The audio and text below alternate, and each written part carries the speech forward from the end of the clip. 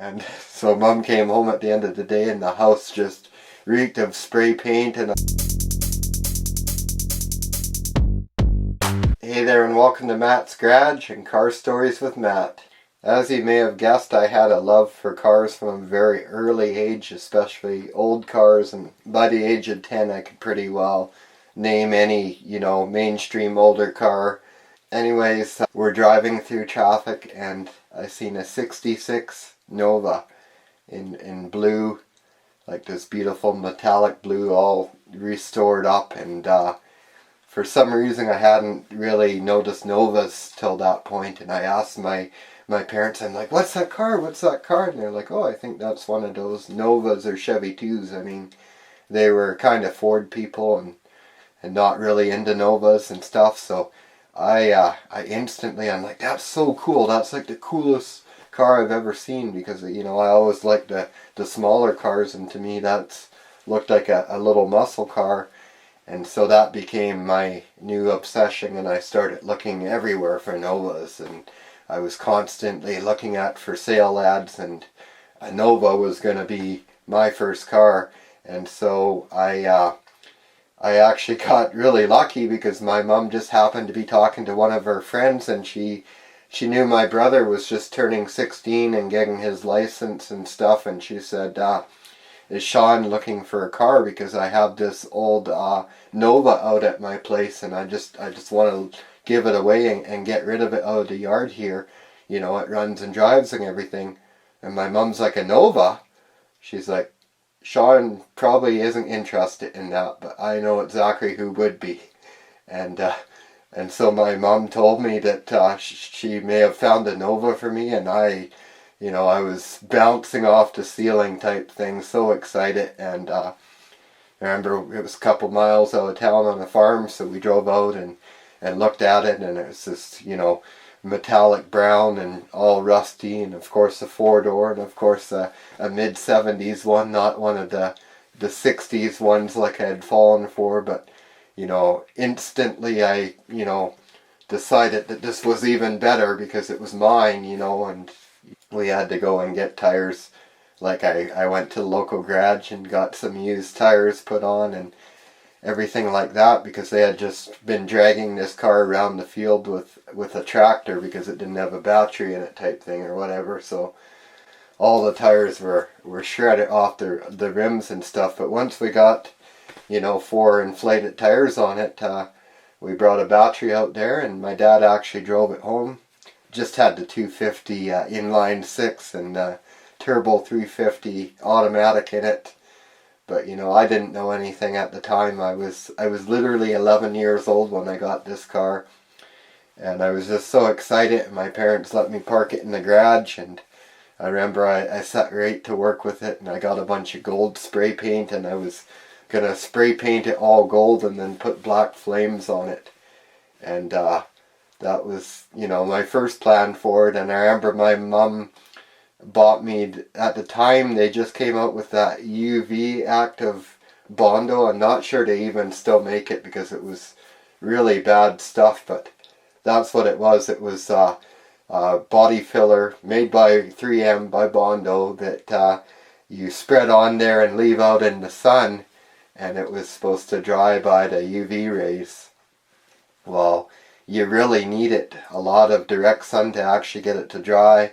And I remember having like tinfoil reflectors set up around the car and stuff, trying to reflect sunlight onto this darn filler and get it to harden up so I could sand it. And it never really got like really nice to sand or anything. It was always like gummy. And so, I worked away forever trying to get that like smooth, and then putting like rust stop primer on it and painting it up in gold, and kind of got around the whole car in that manner. But I was just like filling holes rather than fixing them. So then a few years later I started tearing it all apart and redoing that work and doing it better. And it just sort of went on like that over the years, where I'd kind of get it almost done and then decide that my skill level had gone up, so I'd start over and kind of redo everything again. And I got the whole front clip pulled out of it, like that's like one of those subframe cars. It's the same, very similar to how a 60s Camaro is built with that front structure. So I got that all pulled out of there, and I remember I was cutting grass all summer, and I had this ice cream bucket that I kept saving money in, and I got up to like $800 in there, and I actually ordered a complete front end rebuild kit from Performance Suspension Technologies, PST, down in the States there, and ordered everything for the front end. And so I burnt. There was actually an article, a tech article in Super Chevy at the time of them rebuilding the front end on the Camaro, and so that's what gave me the idea that I wanted to rebuild my front end, all the steering and suspension. And so I followed this tech article and got all the bushings in, and I remember I stripped them down to bare steel, the control arms and stuff, and painted them all up, and I was putting them in my mom's oven and heating them up so that the paint would dry, and then I'd put them back in there and rebake them after. And so Mom came home at the end of the day, and the house just reeked of spray paint, and I had black paint all over her fancy pot holders and everything. Probably black fingerprints all over the counter and stuff. But I got that whole front end kit all installed, and got the subframe back in there, and new body mount bushings in there, and then I had this idea that I was going to turn the car into a custom car and make a station wagon out of it. And this idea kind of spawned from the fact that I was driving a 76 Plymouth Volare station wagon at one of my summer jobs. And the lady actually ended up owing me money and couldn't afford to pay, so I offered to take that car home instead of the money she owed me. And it was just a completely wrecked car, no longer roadworthy or anything. But what I did is strip it down and sell parts off of it. And then I cut the back end, the wagon portion off of it, and I took all the wagon seats out with the rear folding features and all of that stuff. And I actually built a framework in the backyard off the side of the shed where the Nova was, to have that roof so that I could have it out there and kind of measure back and forth between the two cars so that I could work in the shed and get the top and the back cut off the Nova and fit that on there. But the problem is, I remember the roof was a lot narrower on the Volare, and so I was scheming on how I was going to widen it and stuff, and I wasn't, of course, very skilled at metalwork at the time, and so I chickened out on it. Like, to this day, I love the idea. I think a 76 Nova wagon would look good, and it should have been built.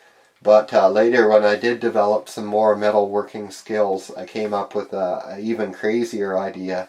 And I got all the dimensions of AMC AMX, a 1970 AMX, which at the time I considered, and still do, one of the more beautiful muscle cars. Actually, it's classed as a sports car, I guess, because it's a two-seater, but I always thought of it more as a muscle car styled car. So I decided I was going to make the Nova, the 4-door 76 Nova, into a custom 2-door car that strongly resembled AMC AMX. And so I trimmed off the overhang to the exact distance of an AMX overhang at the back.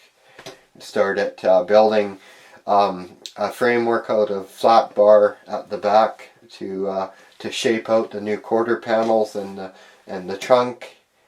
And I fit in the Volare taillights. Actually, I turned them sideways and fit them in there, and then I designed the rear tail section to match the curvature of those lights, so that there was like body lines coming down the back of the car, like that followed the shape of the lights all the way up the trunk lid.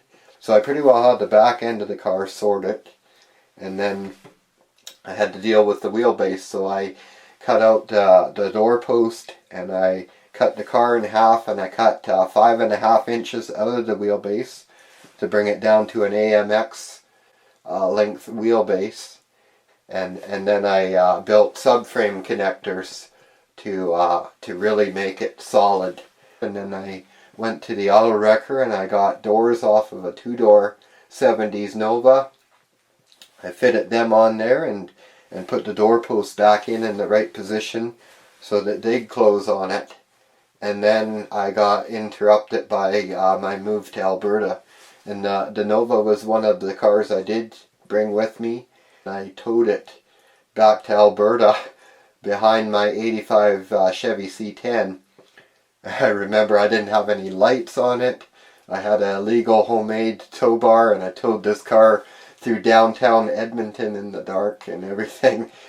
I got her back to Alberta unscathed, and I had purposely bought a house with a large garage. It was actually just a really, poor condition trailer, an old trailer, but it had a nice big garage, and so I got that with the intent of finishing this custom Nova and actually building a custom car shop out of my garage. That was my dream back then.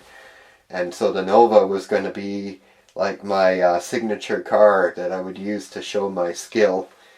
And actually that's when I really started to develop back issues, and I met my wife, and I had a whole bunch of stuff going on in my life at the time. And actually I still brought the car with me when I went to Peace River to work for the transmission shop that I worked for there, the one where I had gotten into Fox Body Mustangs while I worked there. Well, I had brought the Nova there and was, I still had it tarped up out in their compound and was hoping to work on it there, but I found they weren't actually very welcoming to it because they were big Ford fanatics. And so that's why I went and fixed up a Fox Body Mustang instead of continuing my Nova. And the Nova wasn't set up for drag racing, which was what I was getting into at that time. So I let the Nova sit there, and when I ended up moving to the Philippines, I kind of assume, I never asked, but I assume it went for scrap.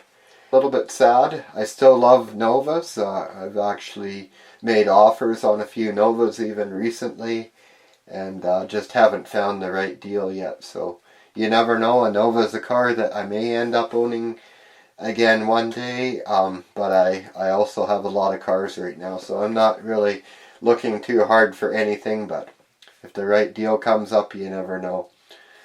So stay tuned for more car stories with Matt. Be sure to like and subscribe, and have yourself a great day.